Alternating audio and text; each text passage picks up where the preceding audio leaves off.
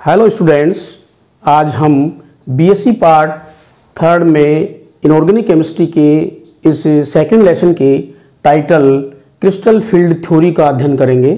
Crystal field theory क्या है, इसके लिए मुख्य रूप से 4 बिंदु हैं। पहला बिंदु कि जो मेटल आयन है उसके साथ में ऋण आवेशित लिगेंड अथवा अयुग्मित इलेक्ट्रॉन युग्म युक्त लिगेंड का जो नेगेटिव सिरा है, नेगेटिव ध्रुव है, वो मेटल आयन की तरफ होता है और इन ऋण आवेशित लिगेंड या अयुग्मित इलेक्ट्रॉन युक्त लिगेंडों को हम बिंदु आवेश के रूप में मानते हैं। ये इसका पहला बिंदु है। दूसरा बिंदु कि मेटल आयन और इन लिगेंडों के मध्य या इन बिंदु आवेशों के मध्य पाए जाने वाले बंध की प्रकृति आयनिक होती है, अर्थात इनके कक्षकों के बीच में किसी प्रकार की अंतरक्रिया नहीं होती है। ये इसका दूसरा बिंदु, सेकंड पॉइंट। थर्ड पॉइंट कि धातु आयन के सभी 5 डी कक्षक समभ्रंश होते हैं, अर्थात समान ऊर्जा स्तर के होते हैं, परंतु जैसे ही ये कक्षक किसी लिगेंड के संपर्क में आते हैं, इन 5 डी कक्षकों का विभाजन हो जाता है और विभाजन होकर के ये 2 ऊर्जा स्तरों में बदल जाते हैं। कुछ कक्षक निम्न ऊर्जा स्तर में चले जाते हैं और कुछ कक्षक उच्च ऊर्जा स्तर में चले जाते हैं। ये इसका थर्ड पॉइंट। देन जो फोर्थ पॉइंट है कि विभाजन होने के पश्चात जब ये उच्च ऊर्जा स्तर के और निम्न ऊर्जा स्तर के कक्षकों में बदल गए तो इनमें से जो इलेक्ट्रॉन्स हैं उनका पुनः वितरण होता है। हुंड के नियमानुसार इलेक्ट्रॉनों का इनमें पुनः वितरण होता है और डी कक्षकों के इस प्रकार के विभाजन को हम क्रिस्टल फील्ड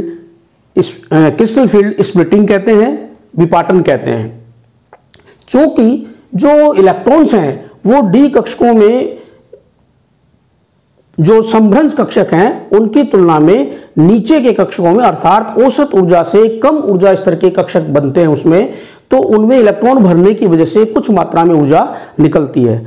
ऊर्जा के इस प्रकार निकलने को हम क्रिस्टल फील्ड स्टेबलाइजिंग एनर्जी यानी कि CFSE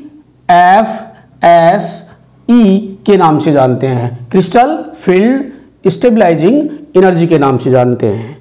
तो ये जो कक्षकों का विभाजन है वो क्रिस्टल की ज्यामिति पर निर्भर करता है कि कितने कक्षक या कौन से कक्षक निम्न ऊर्जा स्तर के होंगे, कौन से कक्षक उच्च ऊर्जा स्तर के होंगे। लेकिन इनकी इस स्प्लिटिंग से पहले हम ये जानना चाहेंगे कि इन जो 5 कक्षक हैं, D5 कक्षक हैं, उनकी आकृति क्या होती है, उनकी ज्यामिति क्या है। उसके अभाव में हम इनकी स्प्लिटिंग को नहीं समझ पाएंगे। अतः सबसे पहले हम क्रिस्टल फील्ड स्प्लिटिंग पे जाने से पहले हम 5 डी कक्षकों की आकृति के बारे में जानकारी प्राप्त करेंगे।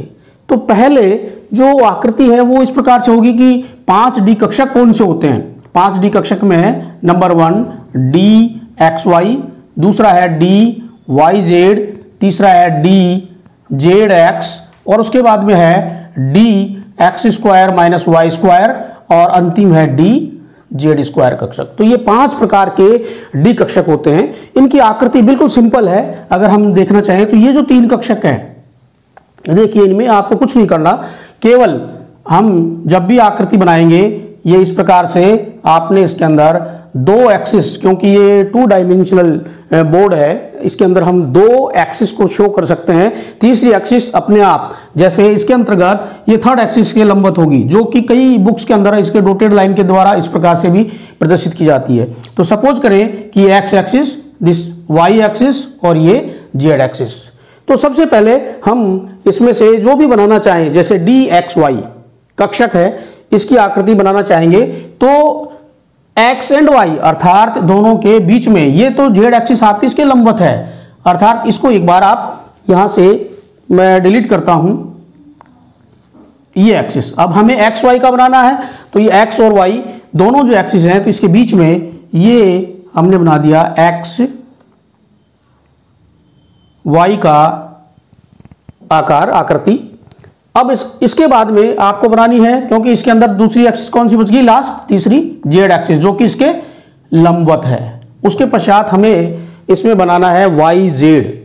तो वाई जेड के अंदर एक एक्सिस यहां से आप रिप्लेस कर दें, इसको हम यहां से डिलीट करते हैं और इसी को, क्योंकि इसके अंदर क्या किया आपने, वाई एंड इसको बना दिया जेड, अर्थात इसमें एक्स एक्सिस इसके लंबवत है, जो इसके ऊपर बोर्ड के ऊपर उसको हम प्रदर्शित नहीं कर पा रहे हैं। ठीक इसी प्रकार तीसरी जो ज्यामिति आप बनाएंगे, आकृति बनाएंगे, इसको फिर रिप्लेस कर दें, तो इसको मैं लिख दूं जेड या एक्स, या इसको मैं यहां पर जेड की जगह पे पहले आपने एक्स लिखा था तो इसको एक्स लिख दें, इसको जेड लिख दें। अब इसमें जो है वाई एक्सिस इसके लंबवत है। उसके पश्चात इसका जो नेक्स्ट पार्ट है ये d x square minus y square. तो ये बिल्कुल सिंपल, इसमें भी हम आकृति बना सकते हैं। इसके अंदर यही दो जो एक्सिस है उसके अंदर एक्स एंड वाई, तो यहां पर एक्स, दूसरी जो है आपने वाई बना दी। अब ये इसके एक्सिस के ऊपर है, इस प्रकार से ये x square minus y square की आकृति हो गई। ठीक इसी प्रकार से हमें अब बनाना है डी जेड स्क्वायर। तो डी जेड स्क्वायर के अंदर देखिए बिल्कुल सिंपल, क्योंकि इसमें एक एक्सिस है जेड, तो ये जेड एक्सिस है, तो ये जेड एक्सिस के अंदर हमने डी जेड कक्षक की आकृति बना दी। अब इन कक्षकों की आकृति को ध्यान में रखने से हम जो CFT है थ्योरी, उसके आधार पर डी कक्षकों का विभाजन क्रिस्टल की ज्यामिति के अनुसार किस प्रकार से होता है का स्पष्टीकरण कर सकते हैं। तो सबसे पहले हम बात करेंगे अब इसके अंदर कि अष्टफलकीय संकुल यौगिक में क्रिस्टल फील्ड स्प्लिटिंग किस प्रकार की होगी। अष्टफलकीय संकुल यौगिक में क्रिस्टल फील्ड स्प्लिटिंग किस प्रकार से होगी। तो देखिए इसके अंतर्गत सबसे पहले इन केस ऑफ ऑक्टाहेड्रल,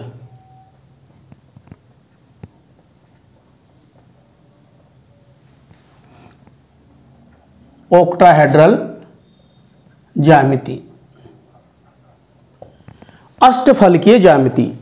अष्टफलकीय ज्यामिति में सबसे पहले छोटी सी बात अपने को समझनी है, वो ये इस प्रकार से है कि उसकी ज्यामिति किस प्रकार की होती है क्रिस्टल की।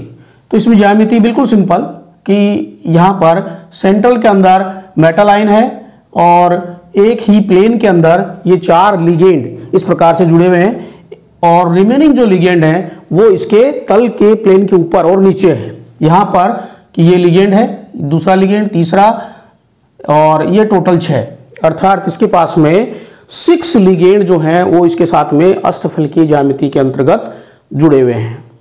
अब हम बात करते हैं कि इसके डी कक्षकों का विभाजन। तो प्रारंभ में डी कक्षक जो हैं वो 5 डी कक्षक इस प्रकार से समभ्रंश हैं, अर्थात D generate 5d orbitals, D generate 5d orbitals. ये 5 जो डी कक्षक हैं जैसे ही किसी लिगेंड के संपर्क में आते हैं 2 ऊर्जा स्तरों में इस प्रकार से बदल जाते हैं। जो निम्न ऊर्जा स्तर में जाते हैं उनको हम कहते हैं T2G कक्षक, और उच्च ऊर्जा स्तर में जाते हैं उनको कहते हैं हम EG कक्षक। अब T2G कक्षक में 3 कक्षक होते हैं आपके, और EG कक्षक में 2 कक्षक होते हैं। तो 3 कक्षक कौन से होंगे T2G कक्षक में? वो होंगे DXY, DYZ, DZX, और इसके अंदर DX square minus y square और दूसरा DZ स्क्वायर। तो ये इनका विभाजन हुआ। अब उसके बाद में, क्योंकि यहां पर ये क्या थी, ये है इनकी प्रारंभिक ऊर्जा लेवल, तो प्रारंभिक ऊर्जा स्तर जो है उसके बाद में कि इनका विभाजन हो गया, और विभाजन होने के बाद में इन दोनों के मध्य की इस ऊर्जा अंतराल को हम डेल्टा O के द्वारा रिप्रेजेंट करते हैं, या tan dq के द्वारा प्रदर्शित किया जाता है। अब इसमें भी 2 ये अलग अलग हैं। यहां पर इन दोनों के मध्य की ऊर्जा अंतराल कितनी होगी, ये है -0.4 डेल्टा O, और ये है +0.7 0.6 डेल्टा O। यदि इस कक्षक में जो कि निम्न ऊर्जा स्तर में इलेक्ट्रॉन भरा जाता है तो उसमें से इतनी मात्रा में 0.4 डेल्टा O के बराबर ऊर्जा निकलती है, और इस उच्च ऊर्जा स्तर के कक्षक में यदि इलेक्ट्रॉन जाता है तो यहाँ से प्लस 0.6 डेल्टा O ऊर्जा कम होती है। अब हमारा यहाँ पर सवाल यह है कि इसमें ये इस प्रकार का विभाजन क्यों हुआ कि T2G कक्षक निम्न ऊर्जा स्तर में क्यों आते हैं व EG कक्षक उच्च ऊर्जा स्तर में क्यों चले जाते हैं। यदि हम बात करें इसके बाद में कि टेट्राहेड्रल कक्षकों में ये स्प्लिटिंग किस प्रकार की होगी, अभी अपन इसका चित्र बनाते हैं। टेट्राहेड्रल में आपने फॉर एग्जांपल मीथेन के केस में आपने पढ़ रखा है, इस प्रकार से 4 जो संकरित कक्षक sp3 संकरित कक्षक होंगे तो उनकी आकृति इस प्रकार की होती है। यहाँ पर सेंट्रल के अंदर ये और 4 इसके साथ में हाइड्रोजन जुड़े होते हैं और इस प्रकार से उसकी टेट्राहेड्रल जो ज्यामिति है वो पाई जाती है। अब हम बात करें इसके अंदर कि इस टेट्राहेड्रल ज्यामिति के अंदर जो आपके जो ये आ रहे हैं लिगेंड, अब एक्स वाई जेड की बात करें तो ये एक्स, ये वाई और तीसरी जेड हो गई आपकी, अर्थात इस केस के अंदर जो लिगेंड हैं वो कहां से आ रहे हैं और उसके बाद में उसकी स्प्लिटिंग किस प्रकार की होगी। तो ये तो होगी आपकी मीथेन की आकृति।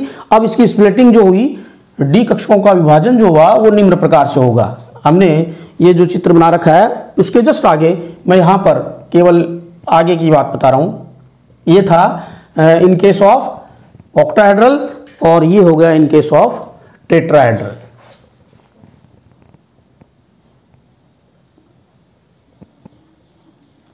तो इस टेट्राहेड्रल ज्यामिति में ये EG कक्षक जो है वो निम्न ऊर्जा स्तर के होंगे और ये जो कक्षक हैं T2G कक्षक वो उच्च ऊर्जा स्तर के होंगे।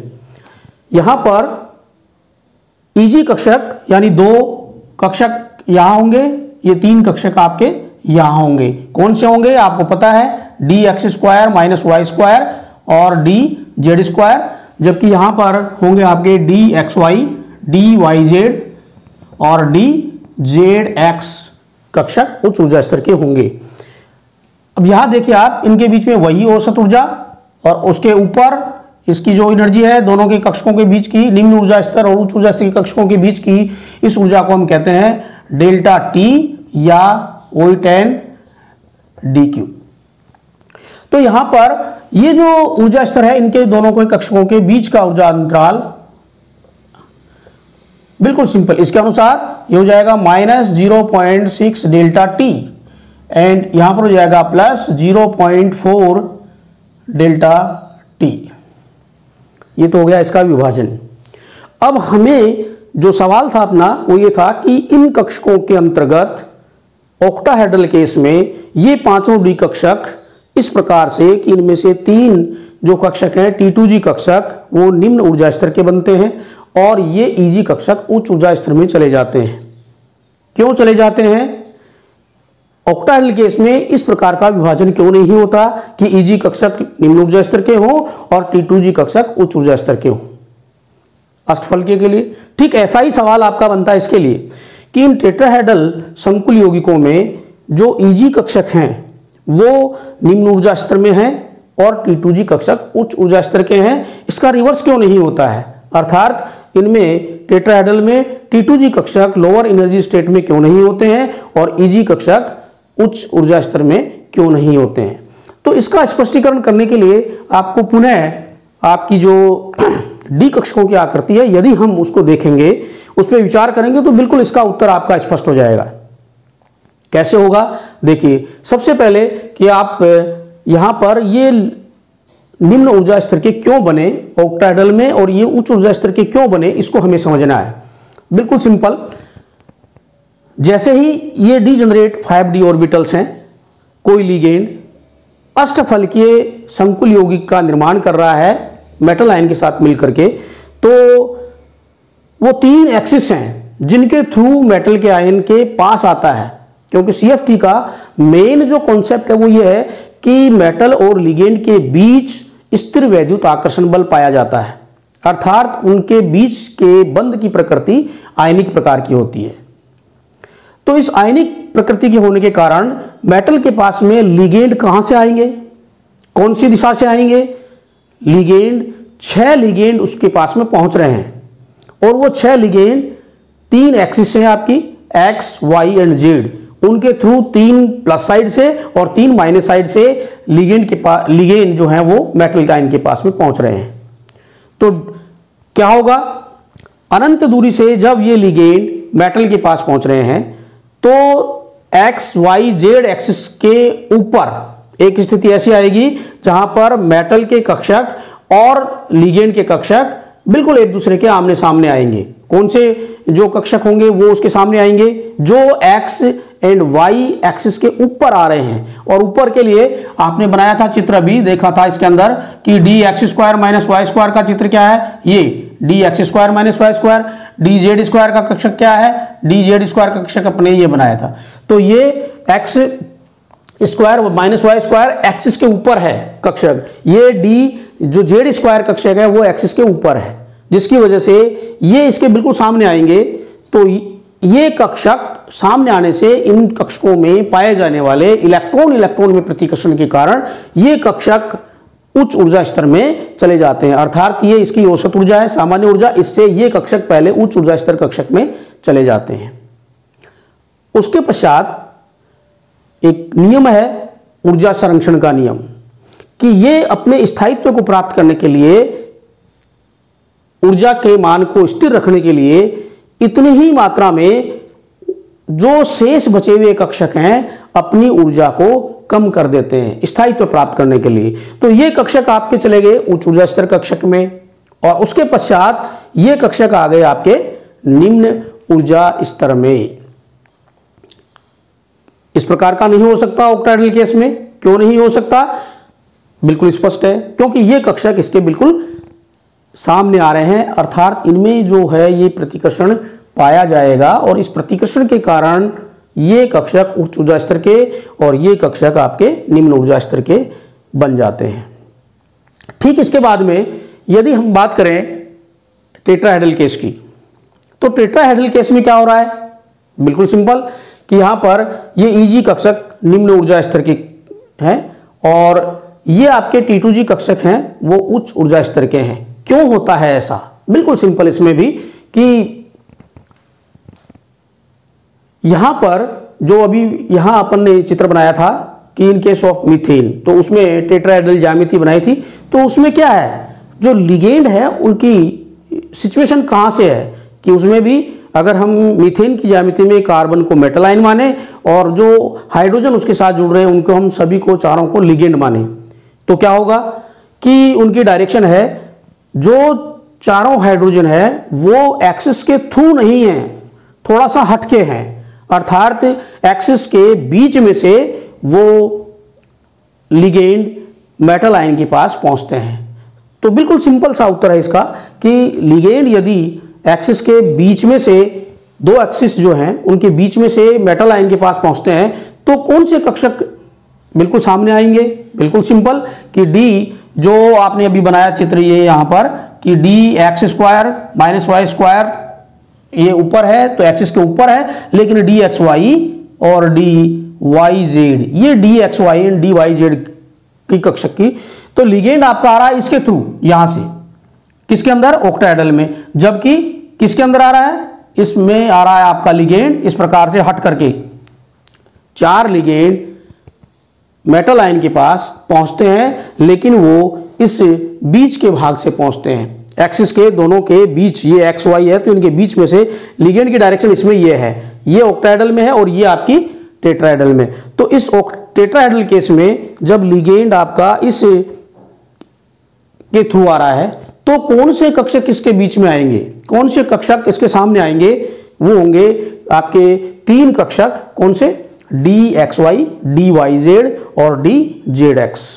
तो ये तीनों कक्षक क्योंकि इसके सामने आएंगे, इनमें प्रतिकर्षण होगा और प्रतिकर्षण होने के परिणाम स्वरूप इनकी ऊर्जा बढ़ जाएगी। उसके पश्चात वही बिंदु यहां लागू कीजिए कि ऊर्जा संरक्षण के नियमानुसार इसकी ऊर्जा बढ़ जाती है इन 3 कक्षकों की, तो स्थायित्व प्राप्त करने के लिए उतनी ही मात्रा में जो रिमेनिंग कक्षक हैं वो अपनी ऊर्जा को कम कर लेते हैं। तो ये तो था कि इन कक्षकों का विभाजन इस प्रकार से क्यों होता है। उसके पश्चात अगला बिंदु है, इसके अंदर 2 चीजें आपकी क्लियर हुई इसमें अब कि अगर इलेक्ट्रॉन भरे जाएंगे तो इलेक्ट्रॉनों का पुनर्वितरण इन दोनों में किस प्रकार से होगा। बिल्कुल सिंपल सी बात है कि यहाँ पर इलेक्ट्रॉन पहले क्योंकि इनकी ऊर्जा में अंतराल आ गया इसलिए एक इलेक्ट्रॉन यहाँ आएगा। अगर D1 कॉन्फ़िगरेशन है तो इलेक्ट्रॉन इसमें होगा, D2 में यहाँ और D3 में यहाँ। ठीक इसी प्रकार इसके अंदर आएंगे तो D1 में यहाँ, D2 में यहाँ। अब यहाँ पर एक कंडीशन आ गई आपकी कि जब एक एक इलेक्ट्रॉन भर गए तो उसके बाद में D4 में क्या होगा, इसमें D3 में क्या होगा। बिल्कुल सिंपल सी बात है। इसके अंतर्गत यहाँ ये लिगेंड फील्ड का प्रभाव प्रदर्शित करते हैं, उनके ऊपर विचार करेंगे अपन। वो है कि यदि लिगेंड का फील्ड एक तो है दुर्बल क्षेत्र का लिगेंड हो तो इसमें क्या होगा, और इसमें दुर्बल क्षेत्र का लिगेंड हो तो क्या होगा। दोनों ही केस में अगर लिगेंड का प्रकार वीक फील्ड लिगेंड है तो ये जो स्प्लिटिंग है डी कक्षकों के विभाजन ये कम होगी, और ये जो मान है वो भी अपेक्षाकृत कम होगा। अर्थात अगर दोनों ही केस में लिगेंड की नेचर दुर्बल क्षेत्र की है तो यहां से इलेक्ट्रॉन 3 इलेक्ट्रॉन इसमें भरे जाएंगे, 1 2 3, और नेक्स्ट जो D4 का होगा वो यहां होगा, क्योंकि ये कंडीशन है। कंडीशन कौन सी है, वो इसके ऊपर कंडीशन लागू होगी। और इसके अंदर कि pi is greater then delta O, ये पहली कंडीशन लागू होगी। कब, जब लिगेंड आपका वीक फील्ड लिगेंड हो। उस परिस्थिति में कि पाई का मान ज्यादा होगा डेल्टा O की तुलना में, तो इलेक्ट्रॉन क्या करेगा, पाई का मान यानी यहां पर इलेक्ट्रॉन युग्मित नहीं होगा और ये इलेक्ट्रॉन आपका यहां चला जाएगा। तो D4 यहां होगा, फिर D5 यहां होगा। जैसे ही आप D6 में आएंगे यहां पर उनकी पेयरिंग यानी युग्मन प्रारंभ हो जाएगा वीक फील्ड के केस में। ठीक इसी प्रकार टेट्राहेड्रल केस में लिगेंड का फील्ड का कोई प्रभाव नहीं होता है। एक एक इलेक्ट्रॉन सबसे पहले इसमें आएगा, फिर इसमें आएगा, और उसके बाद में जो थर्ड होगा इसमें, चाहे लिगेंड का फील्ड कैसा ही हो, टेट्राहेड्रल हो। टेट्राहेड्रल केस में लिगेंड का जो फील्ड है वो वीक फील्ड हो या स्ट्रॉन्ग फील्ड हो, दोनों ही केस में एक एक अयुग्मित इलेक्ट्रॉन पहले भरे जाएंगे और उसके बाद में नेक्स्ट जो कमिंग 6th इलेक्ट्रॉन होगा D6 में उसका युग्मन होगा। ठीक इसी प्रकार इसमें भी वीक फील्ड के केस में ये कंडीशन लागू होगी तो इलेक्ट्रॉन का युग्मन D6 में होगा।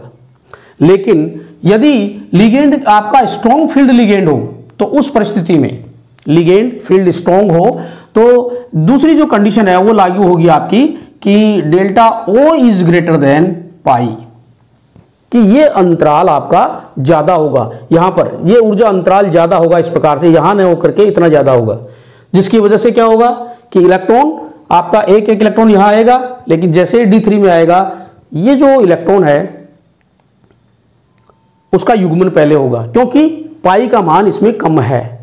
किसकी, डेल्टा O का मान ज्यादा है तो इलेक्ट्रॉन यहां से यहां नहीं जाकर के पहले इलेक्ट्रॉन युग्मित होगा। D4 के अंदर इलेक्ट्रॉन का यहां युग्मन हो जाएगा और D5 D6 D7 में इलेक्ट्रॉन यहां जाएगा आपका ऊपर Eg कक्षकों के अंदर।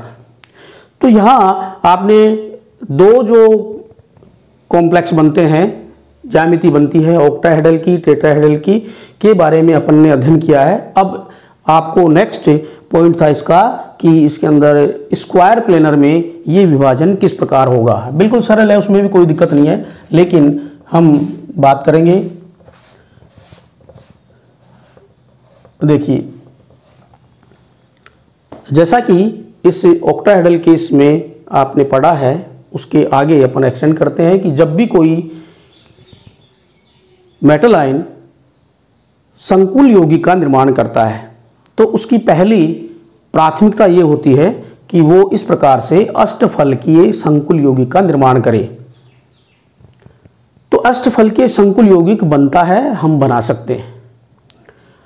अब बात करें अपन इसकी कि ये जो आपका टेट्राहेड्रल संकुल यौगिक है वो हम विशेष परिस्थितियां उत्पन्न करके बना सकते हैं। लेकिन जो स्क्वायर प्लेनर कॉम्प्लेक्स है, स्क्वायर प्लेनर कॉम्प्लेक्स जो है वो आपका न बनता है और न हम उसको बना सकते हैं। क्यों? तो फिर कब बनता है? बिल्कुल जैसा कि आपने पढ़ा है परफेक्ट क्रिस्टल किसे कहते हैं, पार्ट सेकंड में, पार्ट फर्स्ट में हम जानते हैं इनऑर्गेनिक जब कॉम्प्लेक्स बनते हैं, इनऑर्गेनिक क्रिस्टल जालक बनते हैं, तो परफेक्ट यानी आदर्श क्रिस्टल किसे कहते हैं। तो आदर्श क्रिस्टल बिल्कुल सिंपल कि परम शून्य ताप पर यदि प्रत्येक आयन जब अपने निश्चित स्थान पर उपस्थित होते हैं तो उसे हम परफेक्ट क्रिस्टल कहते हैं, आदर्श क्रिस्टल कहते हैं। लेकिन क्रिस्टल जालक के निर्माण में कोई ना कोई त्रुटि पाई जाती है किसी भी कारण से, तो उसके कारण से हमें आदर्श क्रिस्टल प्राप्त नहीं होते हैं सामान्य ताप के ऊपर। वो स्थिति यहाँ लागू कीजिए आप कि हम ऑक्टाहेड्रल कॉम्प्लेक्स बना रहे हैं, लेकिन किसी कारणवश, किसी त्रुटि के कारण इसके जो जेड एक्सिस है उसके द्वारा, यानी कि इसमें कितने लिगेंड आ रहे हैं टोटल, इसके अंदर 6 लिगेंड इसके पास में पहुंच रहे हैं। इन 6 लिगेंडों में से जेड एक्सिस के थ्रू पहुंचने वाले लिगेंड मेटल आयन से थोड़ा दूर रह जाते हैं, वो अपने निश्चित स्थान तक नहीं पहुंच पाते किसी कारण से। तो जो जेड एक्सिस के दूर रह गए बाकी नजदीक पहुंच गए तो उनमें प्रतिकर्षण हो जाएगा और शेष में नहीं होगा। अर्थात ये जो है जिसके अंदर जेड इन्वॉल्व हो रहा है, अर्थात इसका पुनः विभाजन होता है। एक बार देखिए यहां से कि ये 2 प्रकार से, इस प्रकार से विभाजन हो गया इनका, और d z square lower energy में रह गए, d x square minus y square उच्च ऊर्जा स्तर की चलेगी, वो नजदीक पहुंच गए ज्यादा, और ये जो डी जेड स्क्वायर के जो कक्षक थे वो इसके नीचे रह गए। ठीक इसी प्रकार इनके अंदर भी ये चीज पाई जाएगी, इन कक्षकों में भी, कि ये जिसमें जेड है वो निम्न ऊर्जा स्तर में चले जाएंगे। तो डी 2 कक्षक हुए, डी वाई जेड और डी जेड एक्स, जबकि इसमें डी एक्स वाई आपका उच्च ऊर्जा स्तर का रहेगा इसके कंपैरिजन में। ये कब है? जब ये जेड कक्षक के थ्रू, जेड एक्सिस के थ्रू पहुंचने वाले इलेक्ट्रॉन दूर रह जाते, कक्षक दूर रह जाते हैं, मेटल आयन के पास नहीं पहुंच पाते हैं। लेकिन जब ये पहुंच गए उसके पश्चात ये मेटल के साथ में इस एक्सिस के थ्रू पहुंचने वाले जो कक्षक हैं वो मेटल आयन के नजदीक पहुंच जाएंगे लिगेंड, और लिगेंड पहुंचने के बाद में जो जेड एक्सिस के थ्रू पहुंचने वाले लिगेंड थे वो अपेक्षाकृत दूर रह गए। तो दूर रहने के बाद में वो और मेटल के नजदीक चले जाएंगे और जेड एक्सिस के थ्रू आने वाले लिगेंड को एक्सेप्ट नहीं करेंगे, उनको स्पेस प्रोवाइड नहीं करेंगे, तो वो इसमें से पूरी तरह से निकल जाएंगे, और जैसे ही निकलेंगे इनकी ऊर्जा और घट जाएगी। तो ये इस प्रकार से d x square minus y square ऊपर चले गए, डी जेड स्क्वायर नीचे आ गया, d x square minus y square, और इस प्रकार से ये जो कक्षक है इनकी ऊर्जा और बढ़ जाएगी, डी एक्स वाई, और इनकी ऊर्जा और घट जाएगी। अर्थात ये जो अंतराल होगा वो इसको हम कहेंगे delta S P, square planar. तो जैसा कि आप देख रहे हैं चित्र में कि सबसे ज्यादा CFSE का मान स्क्वायर प्लेनर में है, उसके बाद में इस ऑक्टाहेड्रल में है, और लास्ट के अंदर आपका टेट्राहेड्रल में है। थैंक्स।